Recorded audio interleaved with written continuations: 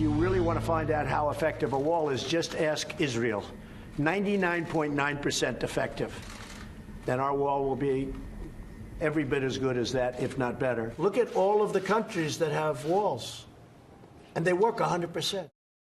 From Israel to the Vatican, President Trump has pointed out how walls have worked for other countries around the world. So why can't it work for ours? Joining us now to discuss is former Mayor of Shiloh, Israel, David Rubin. David, so great to have you with us.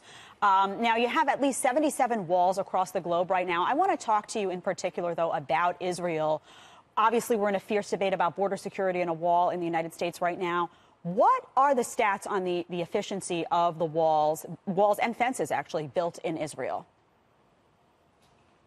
Well, if you want to understand whether walls work, Israel is a tremendous example because we have two different kinds of walls that have been built in the past couple of decades.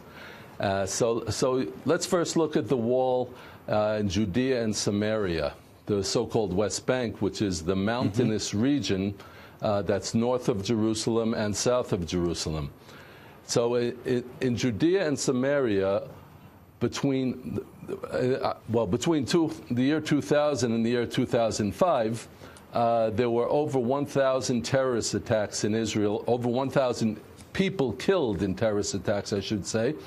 And there were several thousand who were wounded in terrorist attacks. Actually, I myself was wounded, shot and wounded in a terrorist attack along with my 3-year-old son who was shot in the head. So the terrorism was so intense, and every day people didn't know if they were going to be able to get to work or the children were going to get to school. It was a terrible situation. Israel's government decided to build a wall separating the major cities of Israel from Samaria and Judea. And so a wall was built, part of it of concrete, but most of it from very, very strong steel.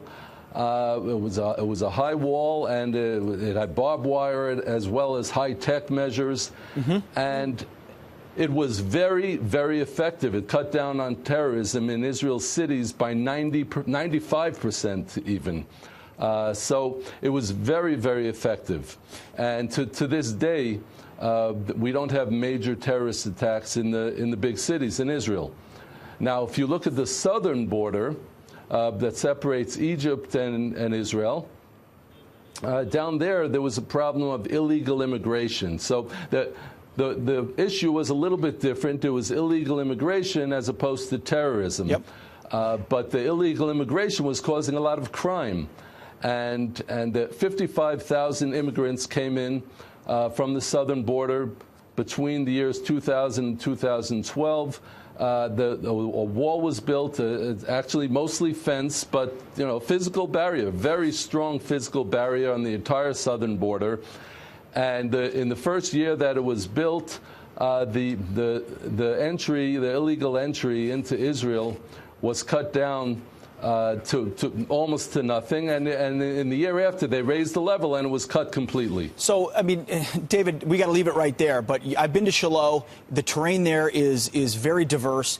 A wall there stopped terrorism in the so-called West Bank, Judea and Samaria, and then in the southern border, on the Egyptian border, illegal immigration was rampant. You build a wall, you build it taller, it's almost down to zero. So whether it's terrorism or illegal immigration, America's got a lot to learn from Israel. David Rubin, we've got to leave it there, unfortunately, but thank you so much for your time. We appreciate it. Well summarized.